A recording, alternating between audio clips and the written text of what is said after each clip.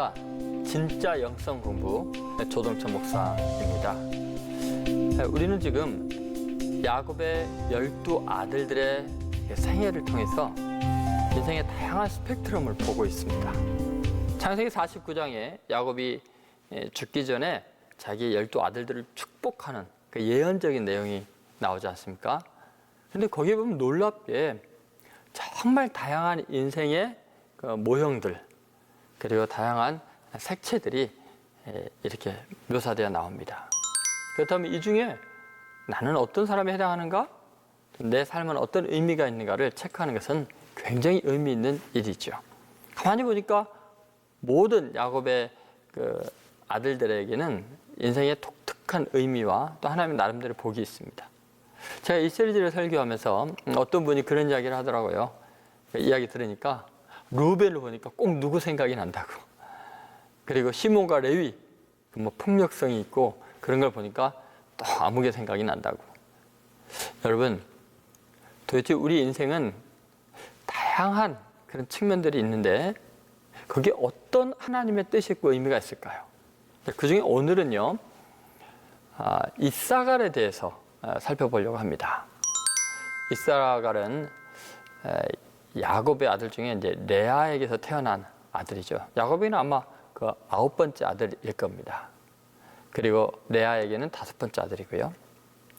근데 이 이사갈은 어떤 특징으로 나오냐면요, 그 섬기는 나귀의 모습으로 묘사가 되어 있습니다. 그래서 오늘 말씀의 제목이요, 섬김 속의 행복입니다.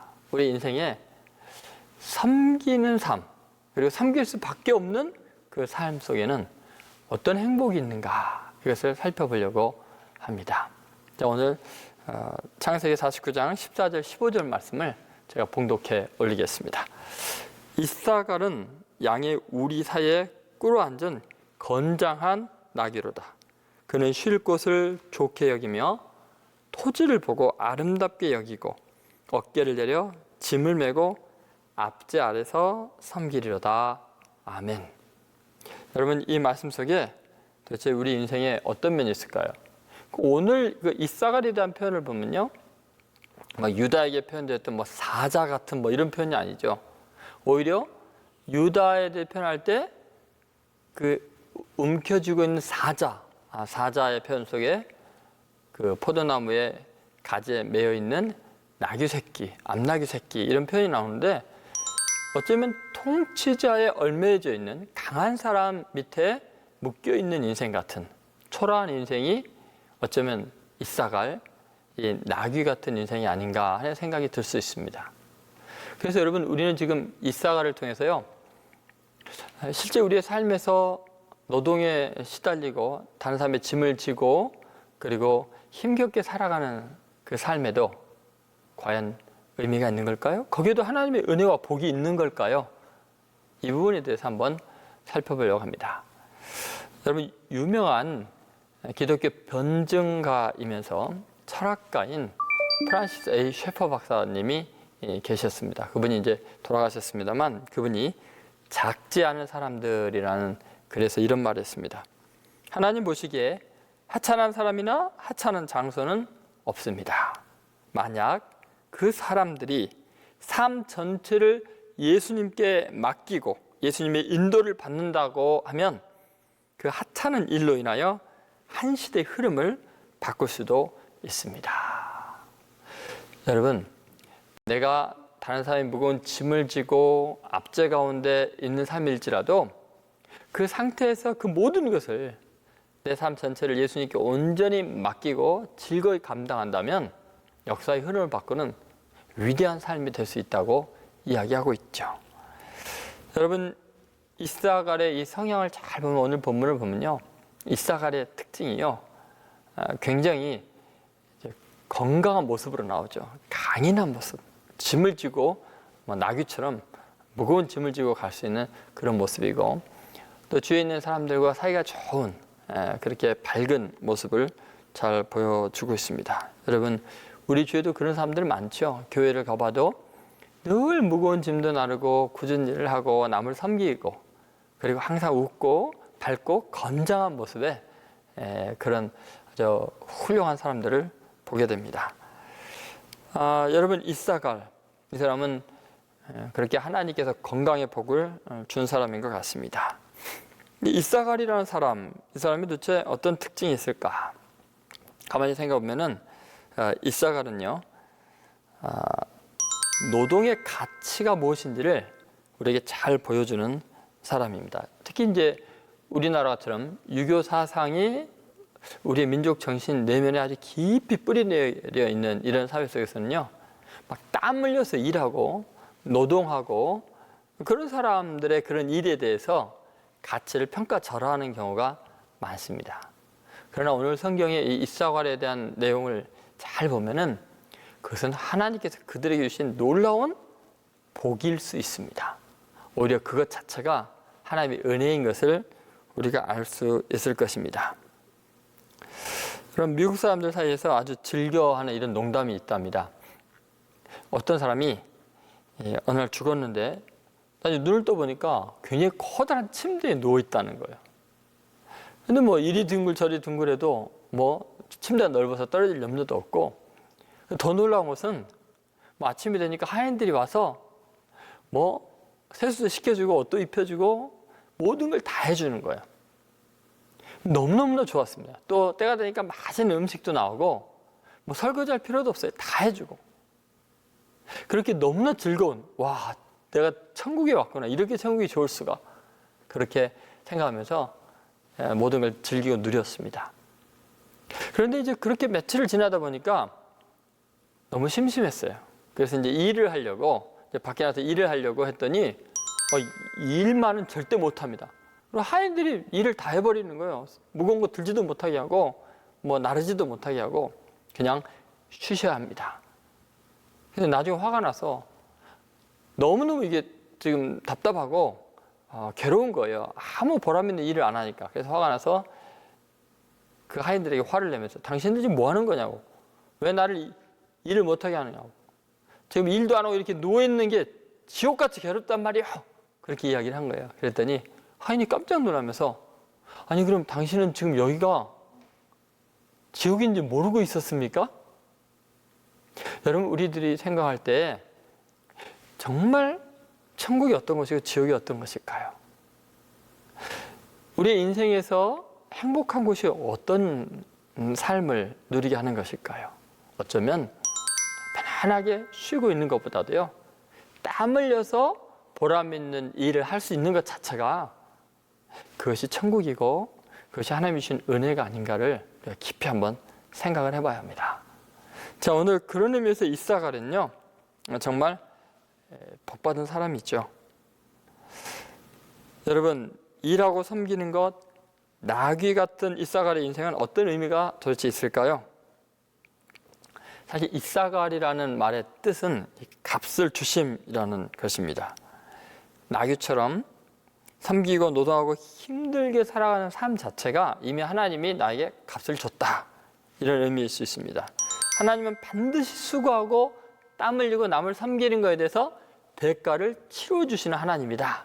그러니까 값을 주심, 이렇게 생각할 수 있죠. 물론 그 이사갈이라는 이름이 생기게 된 것은 레아가 자기의 큰아들 르우벤이 합한채를 구해오니까, 합한채라는 것은 고대에 어쩌면 그 사랑의 묘약 같은 거였습니다.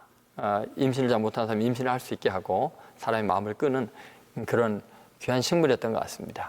그리고 야곱에게 이 합한채를 주면서 같이 살 수 있는, 잘 수 있는 이제 기회를 얻게 된 거죠.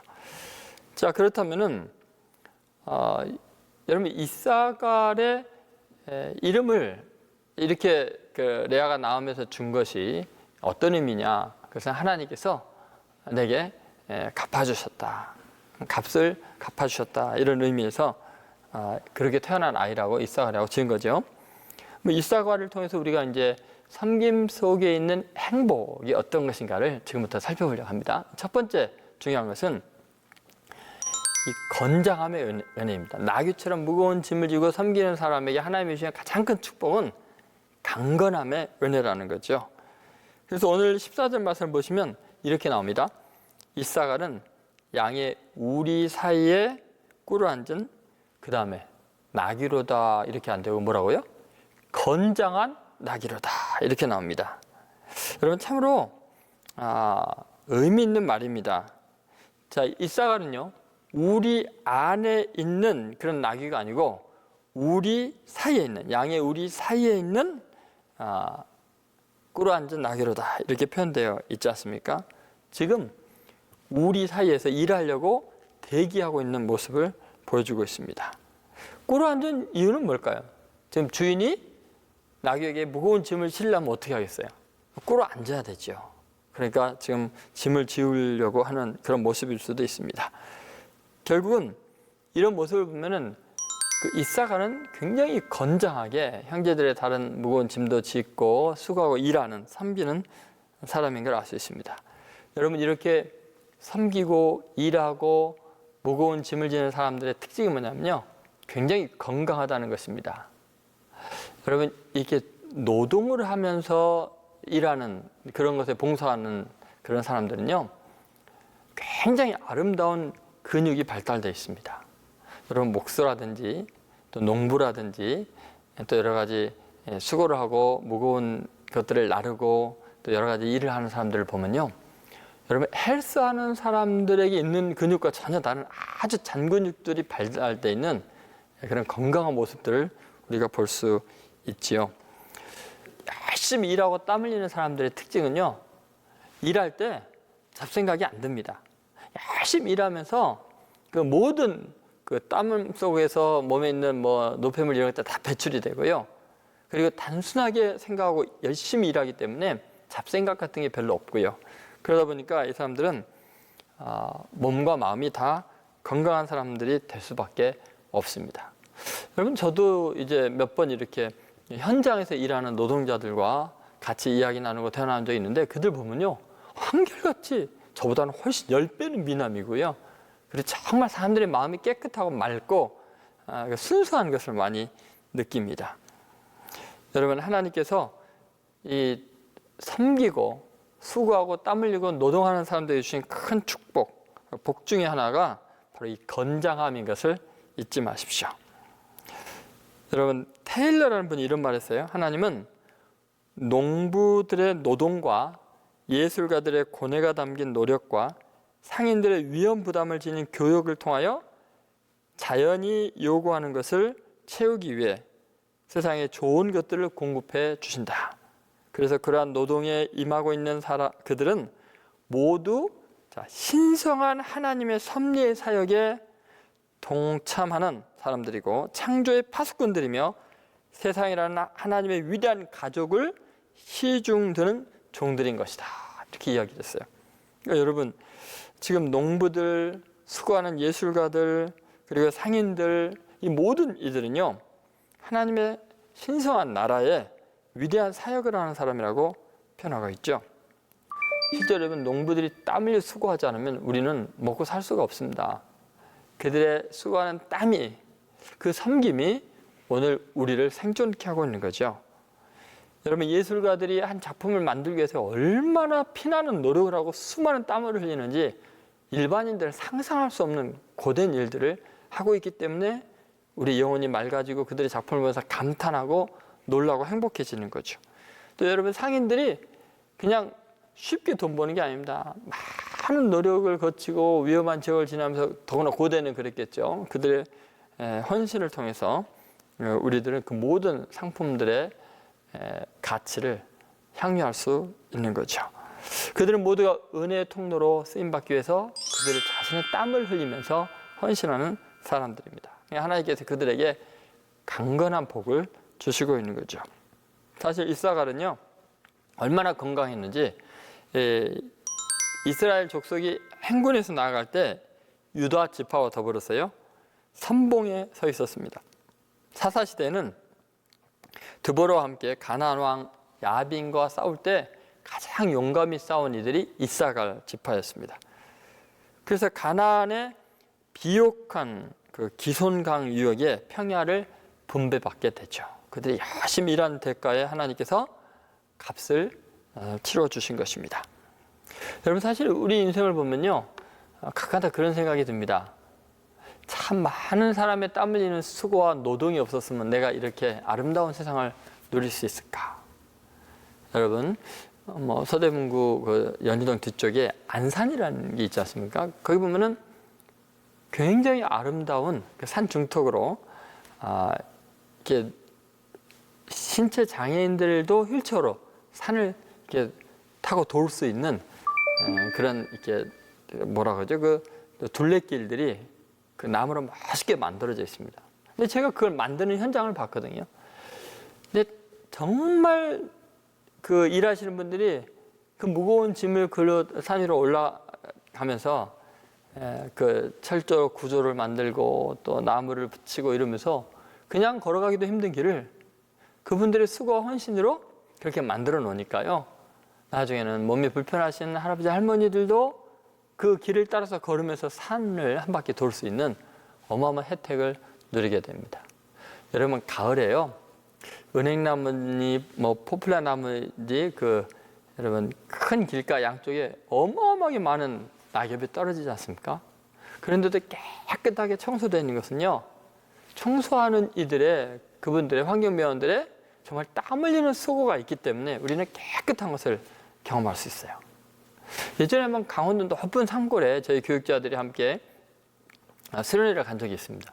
근데 가는데 눈이 너무 많이 쏟아져 갖고 그 산 위에 있는 수양강까지 올라갈 수 있을까? 그 기도원까지 올라갈 수 있을까?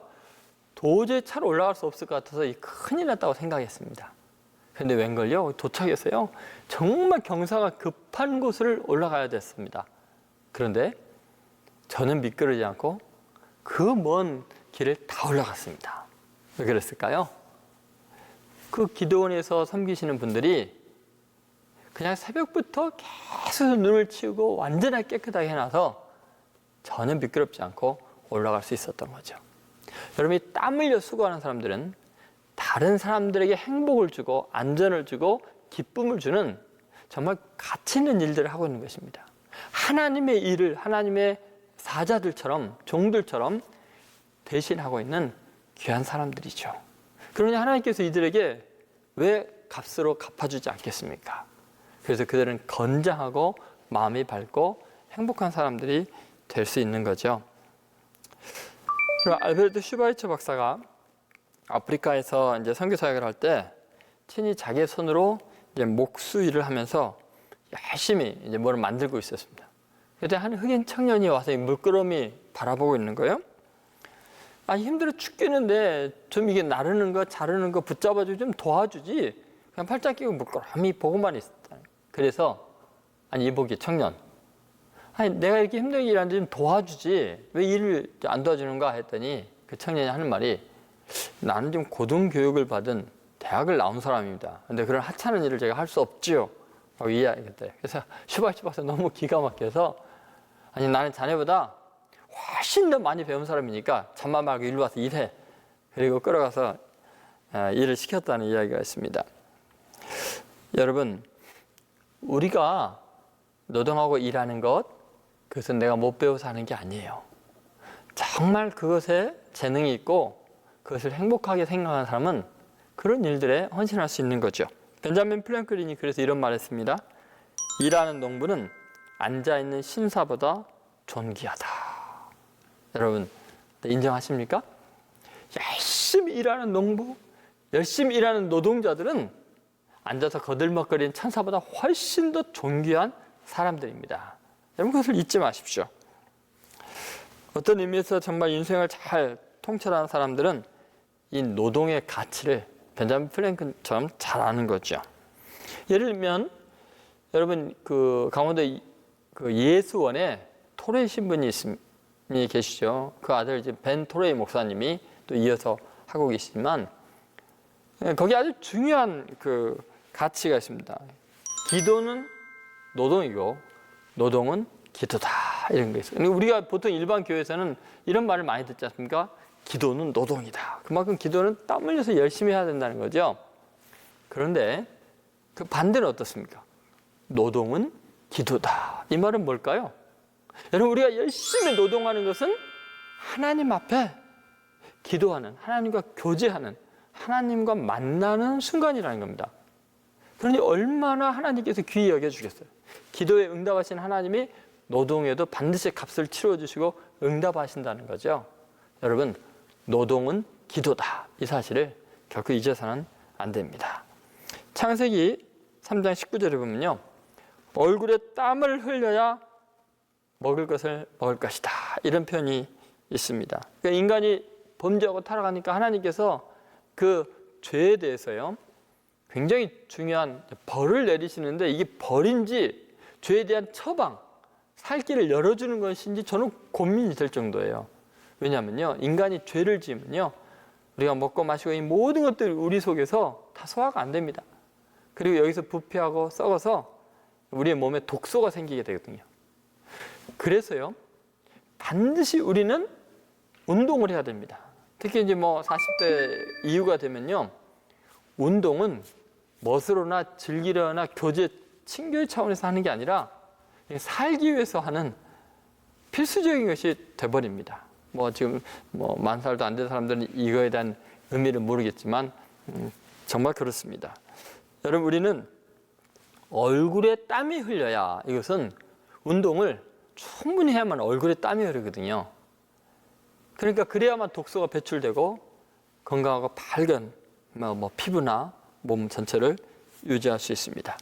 여러분, 스트레스를 많이 받아도요, 그 스트레스를 해소하는 가장 좋은 것이 뭐냐면 열심히 뛰는 겁니다. 열심히 운동하는 겁니다. 등산을 가고 여러 가지 노력을 하면요, 그 속에 있는 마음의 스트레스, 마음의 독성까지도 다 씻어지는 것을 볼 수 있습니다. 그러니까 정서적으로, 감정적으로 아주 강건해질 수 있는 은혜가 있는 거죠. 여러분, 하나님께서 죄를 지은 인간, 타락한 인간들이 살 수 있는 길은 얼굴에 땀을 흘려야 한다는 것인데, 결국은 노동의 가치가 거기에 있는 것입니다. 여러분, 우리 인생을 낙엽처럼 힘들게 양의 우리 사이에서 끊임없이 일하는 삶일지라도 이미 그것 자체가 하나님의 복이라는 것을 잊지 않아야 됩니다. 크리소스톰이 초대교회 교부이죠. 정말 유명한 설교가입니다. 근데 이분이 이런 말을 했어요. 노동은 효능 좋은 약이다. 여러분, 사실 의사 선생님들을 만나서 결국은 이야기 들어보면요, 아무리 안마를 해도 마사지를 해도 결국 어떤 약을 먹는 것보다도 적당한 운동을 통해서 몸을 기능을 회복시키는 것이 최고의 건강을 회복하는 방법이랍니다. 여러분, 건강은 노동으로부터 생깁니다. 일해야, 땀 흘려야 건강이 생기고요, 만족은 건강으로부터 생깁니다. 결국 만족한 삶을 영위하려면 기본이 노동이 전제되어 있습니다. 여러분, 인간의 수명을 연구하는 러시아 과학자들이 동물들을 대상으로 실험해 보았습니다. 한쪽 부리의 동물들은요, 초원에서 가장 알맞은 환경, 기후, 음식, 전혀 노력하지 않아도 다 얻을 수 있게 해줬습니다. 몇 달이 지나고 보니까 털에 윤기가 흐르고 살이 포동포동 쪘습니다. 그리고 다른 한 부리는 음식을 적당히 주기도 했지만 한편으로 음식을 얻기 위해서요, 피나는 노력과 힘든 과정을 거쳐야 했습니다. 가끔 맹수까지 출연시켰습니다. 그 동물들은요, 전혀 살은 찌지 않았습니다. 그런데 매우 강인하고 수명이 평안한 데 있었던 동물보다 훨씬 더 오래 간다는 것을 알게 되었습니다. 여러분, 우리의 삶도 마찬가지예요. 우리는요, 반드시 적당한 긴장과 노동이 있어야 우리의 삶이 강건해질 수 있습니다. 그런 의미에서요, 이사갈은 참 행복한 사람이죠. 자기 일하는 것 자체가 자기 운동이 되어 있고 건장한 모습으로 살아갈 수 있으니까요. 생각해보면 예수님의 생애를 보면요, 예수님은 33살에 짧은 생애를 사셨지만 거의 한 20년 동안, 그러니까 10대부터서 30세까지 목수로서요, 중노동을 했습니다. 예수님 당시에 목수 기계가 많이 있었겠습니까? 기중기가 흔했겠습니까? 그 무거운 돌, 나무 이런 걸 나르시면서 예수님은 굉장히 강인한 체력을 지니셨던 것 같아요.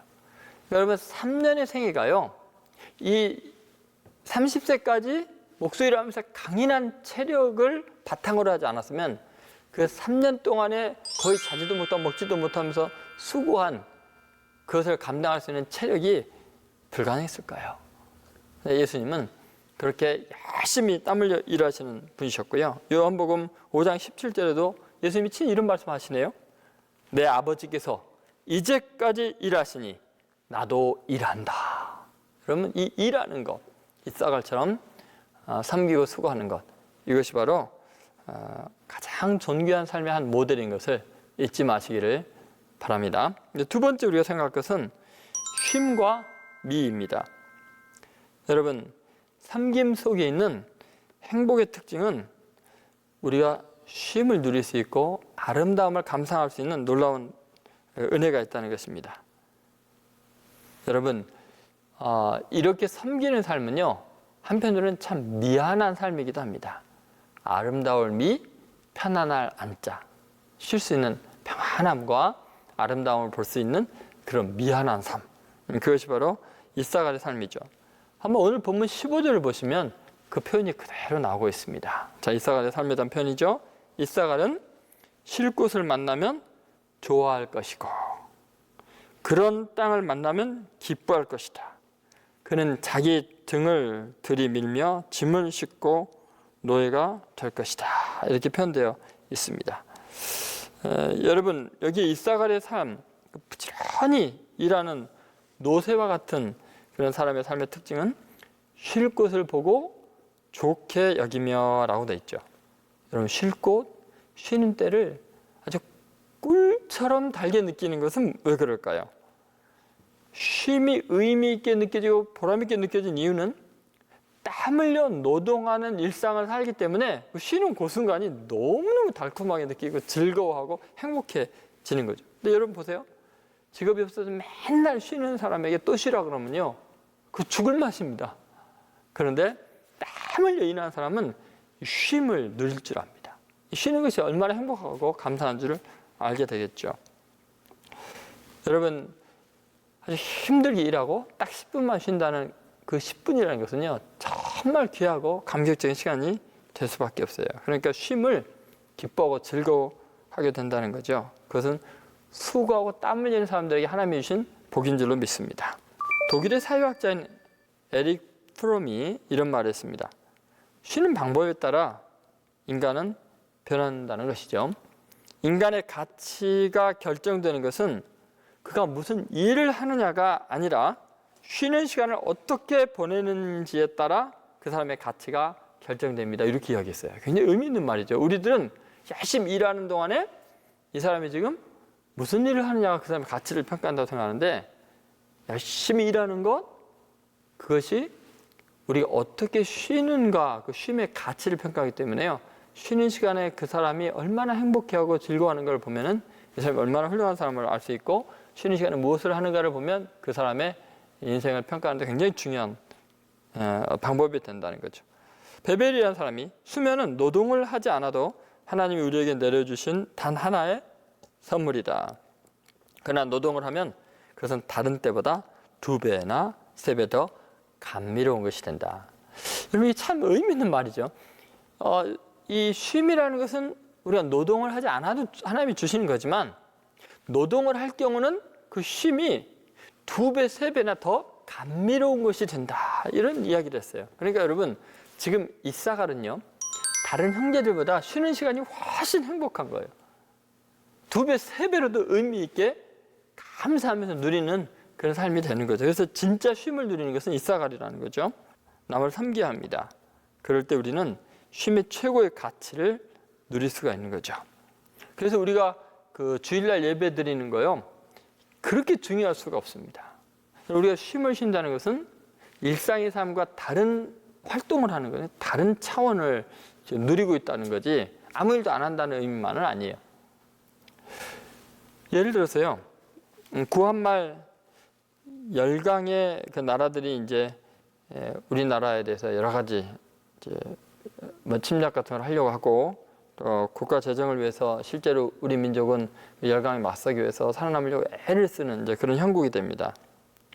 그때 아주 일찍이 미국의 하와이로 그 사탕수수 농장으로 우리 국민들을 이렇게 이민 노동으로 이제 보내서 국가의 이제 수입을 좀 올리려는 계획을 짜게 됩니다. 그런데 가만히 생각해보면 그 당시에 유교 사상이 지배하던 구한말에는요, 조상들이 묻힌 그 땅을 떠나서 외국에서 산다는 게, 이민 간다는 것은 있을 수 없는 일이죠. 자기 고국의 조상의 묘에 거기에 돌봐야 되고 거기서 장사 지낼 걸 생각하고 있는 거죠. 그래서 국가에서 굉장히 고민을 합니다. 뭐 유교 사상 저지르는 백성들이 안 가려고 하니까. 가만히 보니까 기독교인들은 거기서 자유로운 걸 알게 돼요. 그래서 구한말에 그 교회를 중심으로 하와이 이민자들을 이제 모집을 하게 됩니다. 왜냐하면 국가의 어떤 외화를 벌어들이기 위해서는 그 방법밖에 없는 거죠. 그래서 인천에 있는 내리교에서 처음으로 하와이 이민자를 받게 되고요. 당시 교인들은 선교하는 마음으로 담임 목사님의 추천과 전도사의 인솔로 하와이 이민선에 오르게 됩니다. 그 예수님을 잘 믿는 사람들이 이제 하와이 이민을 가게 됐던 거죠. 그런데 하와이 이민에 가서도 그 믿음이 좋기 때문에 열심히 주일에 모여서 예배를 드리는데, 이 사탕수수의 농장 주인이 주일날 일을 안 하는 것이 눈에 가시처럼 여긴 거예요. 그래서 그들에게 협박을 합니다. 너희들이 주일날 일을 안 하고 예배 드리고 교회 가고 그러면은 채찍질을 할 거다. 누구든지 예배 갈 사람들은 채찍에 맞고 예배를 가라. 이제 주일이 오니까 정말 그 모든 그 이주 노동자들이 그 농장 주인에게 와서 옷을 내보이면서 우리 채찍질 하라고, 우리는 주일 예배를 드려야 되겠다고, 매 맞고 예배당 가겠다고. 주인이 충격을 받았어요. 그리고 그 신앙에 감동을 해가지고 오히려 나중에 이제 예배당을 지는데 큰 힘이 되어주고 그들이 자유롭게 예배를 드릴 수 있게 해줬다고 하고요. 그리고 그렇게 주일에 예배하고 헌신했던 그분들이 결국은 돈을 모금해서 대한 독립을 위한 가장 중요한 독립 자금으로 처음으로 이제 그 자금을 보내게 됩니다. 그것이 바로 그리스도인들이 주일을 성수하면서 모금을 해서 그렇게 노예 생활처럼 사탕수수 농장에서 고통을 겪으면서 그 일을 한 거죠. 우리가 꼭 잊지 않아야 될 것은 그런 것입니다. 15절에 보면은 그는 쉴 곳을 보고 좋게 여기며 토지를 보고 아름답게 여기고 이렇게 말하고 있지 않습니까?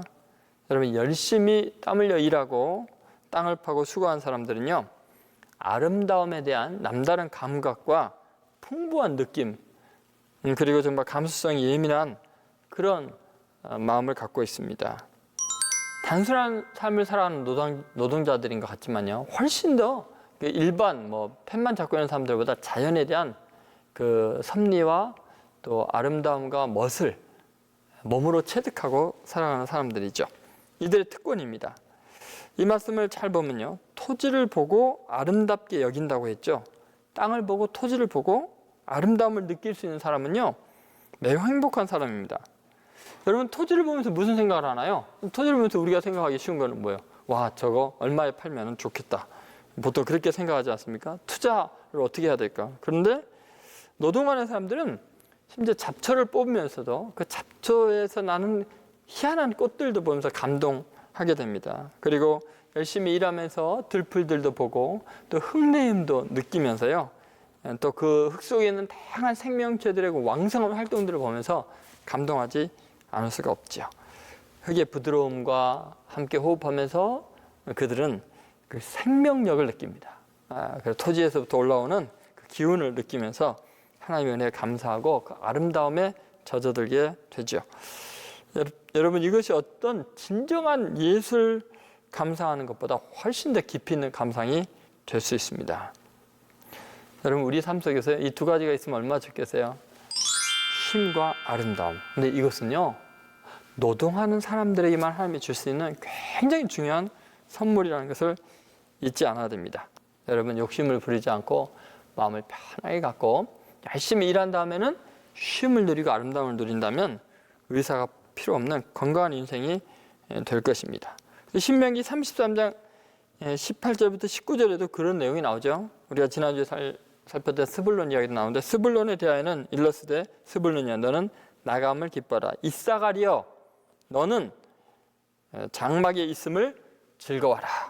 그들이 열국 백성을 불러 산에 이르게 하고 거기서 의로운 제사를 드릴 것이며 바다의 풍부한 것 모래에 감춘 보배를 흡수하리로다. 여러분 이사가는 열심히 섬기고 노동을 하고 수고하니까 어때요? 풍부한 것 그리고 모래에 감춘 보배를 흡수하리라 이렇게 이야기 나오지 않습니까? 여러분 흙덩이 속에서도 보배로움과 아름다움과 쉼을 흡수해서 누리는 생애가 이사갈의 생애입니다. 여러분 경쟁적이고 언제 높아지려고 하는 이런 세계에서 정말 열심히 노동하고 또 쉼과 아름다움을 누리면서 오히려 놀라운 생산성을 드러내는 위대한 생애가 되어야 할 것입니다. 예일대 스톨리 물로트닉 연구소가 1965년부터 20년 동안 예일대 하버드생 1,500명 졸업생을 이제 조사하게 됩니다.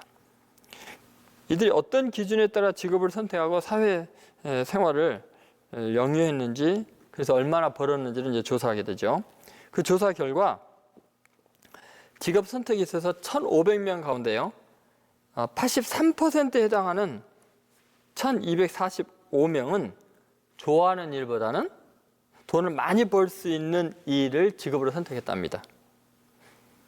그리고 연봉이 직업 선택의 가장 중요한 기준이 됐던 거죠. 근데 반면에 이제 나머지 이 17%, 그러니까 255명, 1,500명 중에서 255명은 보수는 적더라도 좋아하는 일, 꿈과 관련된 일을 업으로 삼았다고 합니다. 20년 후에 연구 대상 학생들이 재산을 얼마나 모았는가 이제 파악을 해보니까 놀라운 결과가 나왔는데요. 1,500명 가운데 100만 장자가 된 사람이 100명이었답니다. 근데 그 100명 중에서 연봉을 추구해서 그러니까 고소득을 올리는 직업을 선택했던 사람은 한 명밖에 없고요. 나머지 100명은 전부 다 좋아하는 일, 의미 있는 일을 선택했더니 100만 장자가 되었다는 그런 놀라운 연구 결과가 나왔습니다. 여러분, 우리가 꼭 기억해야 될 것이 있습니다. 정말 중요한 것은 의미 있는 일에 우리 인생을 드리는 일이라는 거죠. 우리 인생에서 정말 쉼과 아름다움을 누릴 수 있는 그런 삶을 살기를 간절히 소원합니다. 이제 세 번째는 겸손한 섬김입니다. 여러분, 지금 이사갈의 삶에서 아주 독특한 특징이 뭐냐면요. 정말 겸손한 섬김을 살 수밖에 없는 압제받는 인생이라는 것을 우리가 알 수 있습니다. 오늘 15절을 보니까 이렇게 나오죠. 그는 쉴 것을 보고 좋게 여기며 토지를 보고 아름답게 여기고 어깨를 내려 짐을 메고 그 다음에 앞제 아래서 섬기리로다. 앞제 아래서 섬기리로다. 여기 보면 어깨를 내려 짐을 메고 앞제 아래서 섬긴다는 표현이 나오는데 어떻게 보면 가장 비참한 인생인 것 같죠. 어깨를 내려서 짐을 메고 앞제 아래서 섬기는 것은 피곤하고 힘겨운 인생이 아닌가라고 생각할 수 있습니다. 그러나 여러분 가만히 생각해 보면은 내가 누군가에게 짐이 되지 않고 오히려 누군가의 짐을 메어줄 수 있는 삶을 산다는 것은 오히려 행복한 복받은 삶일 수 있습니다. 여러분이 만약에 병들어 누워 있다면 다른 사람의 짐을 앞제건 아니면 자발적이건 메줄 수 있겠습니까? 그러니까 여러분 다른 사람에게 내 짐을 지어줘야만 일할 수 있는 사람이 되겠습니까? 아니면 다른 사람의 짐까지 져줘도 일할 수 있는 사람이 되는 게 행복이겠습니까? 그러니까 비록 이사갈은 앞제 아래에 있지만 자기 어깨를 내려서 남의 짐을 져주는 그런 겸손한 사람이었습니다. 여러분 하나님께서 꿈꾸는 가장 아름다운 삶이 어떨까요? 하나님께서 구약 성서에서요 가장 훌륭하다고 생각하는 나의 종에 대한 묘사가 나의 기뻐하는 종을 보라 하면서 이야기하는 것이 이사야서 53장에 나오죠. 그런데 그 이사야서 53장에 나오는 하나님이 기뻐하는 종의 모습은 놀랍게도 도살장으로 끌려가는 양처럼 또는 다른 사람의 모든 죄를 짊어지고 가는 그런 양처럼 이렇게 압제 가운데서 섬기는 모습이었습니다. 이사야서 53장 6절을 제가 읽어드리겠습니다. 우리는 다 양 같아서 그릇 행하여 각기 제 길로 갔거늘 여호와께서는 우리 무리의 죄악을 그에게 담당시키셨도다. 우리 모든 무리의 죄악을 예수님 어깨에다 담당시킨 거죠. 여러분 얼마나 감사한 일인지 모릅니다. 여러분 우리가 때로 압제당하면서 다른 사람 밑에 고개를 숙이는 것 같고 다른 사람이 무거운 짐을 지고 있는 것 같지만 그것을 비참하게 생각할 필요는 없습니다. 왜냐하면 하나님께서 메시아의 모형을 그렇게 우리에게 보여주고 있기 때문에 그렇습니다. 여러분 예수님의 삶의 본질이 이사갈과 맞닿아 있다는 것이 놀랍지 않습니까? 예수님의 이 땅에 오신 목적이 마가복음 10장 45절을 보면 인자가 온 것은 섬김을 받으려 함이 아니라 섬기려 하고 도리어 자기 목숨을 많은 사람의 대속물로 주려 함이라고 말씀하십니다. 그러니까 예수님의 삶의 본질은 우리 인간 죄인들의 죄짐을 짊어지고 섬기는데 그 목적이 있었습니다. 세례요한도 예수님의 대표할 때 요한복음 1장 29절에 예수께서 자기에게 나으심을 보고 말하되 보라 세상 죄를 지고 가는 하나님의 어린 양이로다 이렇게 이야기를 하지 않습니까? 여러분 하나님 말씀 속에 예수 그리스도의 삶 그것은 다른 사람들의 죄의 짐을 짊어지는 삶이었습니다. 여러분 우리 인생의 궁극적인 목적이 예수님처럼 내가 이 땅에 온 것은 섬김을 받으려고 온 것이 아니라 섬기려 왔다 하면요 그것을 내가 스스로 하던 그것이 억지로 하던 내가 남을 섬기는 거라면 사실은 감사하고 기뻐하면 됩니다. 물론 우리 인간은 자존심이 있어서 그렇죠. 저는 집안일을 많이 할 시간도 없고 잘 안 하는 스타일이어서 문제입니다만 예를 들어서 어느 날 일찍 들어가서 너무 미안해서 한 번은 그랬습니다. 제가 부엌으로 가면서 저 설거지를 내가 해줘야겠다. 내가 해야겠다. 조가 아니라 우리의 공통 일이니까. 걸어가고 있는데 아내가 소파에 앉아서 여보 설거지 좀 해. 그런 바람에 제가 아주 푹 주저앉았어요. 그냥 내가 마음에 자발적으로 기쁨으로 하려고 그러는데 설거지 하니까 기분이 상해갖고 안 해. 그러고 싶은 생각이 드는 거예요. 그런데 여러분 가만히 생각해 보니까 지금 내가 섬기는 게 목적인 거지 내 자존심 세우는 게 목적입니까? 정말 내가 사랑하는 대상을 위한 섬김이라면 억지로 하든 자발로 하든 그것이 섬기는 일일 때는 사실은 성공하고 잘 된 거 아닙니까? 그런데 우리는 꼭 자존심을 세워갖고요 압제 가운데서 하는 것은 정말 있을 수 없는 일이라고 생각해요. 그러나 우리가 정말 사랑하는 대상을 위해서 섬기는 것이 기쁨이라면 압제한들은 어떻습니까? 자, 예수님의 삶을 한번 보세요. 예수님은 여러분 십자가를 지신 것이 압제 가운데 한 겁니까? 자발적으로 한 겁니까? 생각해보세요. 대답하기 어렵죠. 분명히 백성의 지도자들이 이 백성들을 충동질해 갖고 예수님을 이방인의 손에 로마 군병에 넘겨줬고요. 그렇게 체포당해서 꼼짝없이 십자가를 지고 가셔야 했습니다. 그러나 그것은 예수님은 원래 목표를 하고 있었던 거죠. 그러니까 예수님의 목적은 십자가를 져서 인류를 구원하는 데 목적이 있는 거지 예수님이 자발적으로 모든 것이 아무도 찾지 않고 내 스스로 하는 거야 이걸 보여주는 데 목적이 있는 게 아니에요. 예수님은 억지로 하든지 자발적으로 하든지 인간을 죄에서 구원하는 십자가를 내가 지는 거, 그 죄짐을 지는 거 겸손히 나귀처럼 죄짐을 지고 가는 것이 예수님의 목적이었습니다. 그것이 예수님의 행복이었죠. 자, 오늘 그 어깨에 짐을 지기 위해서 압제 가운데 고개를 숙이고 있는 이 이사갈의 모습이 어쩌면 예수님의 모습이 아닌가를 한번 생각해 보십시오. 예수님이야말로 그렇게 자기를 낮추면서 겸손하게 우리의 죄짐을 지고 가셨기 때문에 우리에게는 소망이 있는 것입니다. 여러분 이제 예수 그리스도 그분이 가신 그 길이 어쩌면 가장 힘겨운 노동의 길을 가렸던 예수님의 공생이 아닌 사생활에서는 노동이었고 그리고 마지막 십자가 죽으시는 사건마저도 남의 짐을 대신 져주는 압제 가운데 지는 그런 섬김의 삶이었습니다. 그렇다면 여러분 어때요? 이사갈이 실패한 인생입니까? 불쌍한 인생입니까? 그렇지 않습니다. 우리의 구주이신 예수님의 모형이 그대로 이사갈 가운데 나타나는 걸 믿으시고 여러분이 어떤 힘겨운 일을 하고 노동을 하든지 그것은 하나님이 주신 복이 있다는 거예요. 건강함의 복, 강건함의 복이 있고 또 뭐가 있어요? 쉼과 아름다움을 누릴 수 있는 복이 있고요. 그리고 겸손하게 섬길 수 있는 예수님의 형상을 담는 복이 있다는 걸 잊지 마시고요. 여러분의 삶 속에서 매일매일 땀 흘리는 순간순간 하나님께 감사하며 승리하는 이사갈 같은 강건한 사람들 되시기를 주의 이름으로 축원드립니다.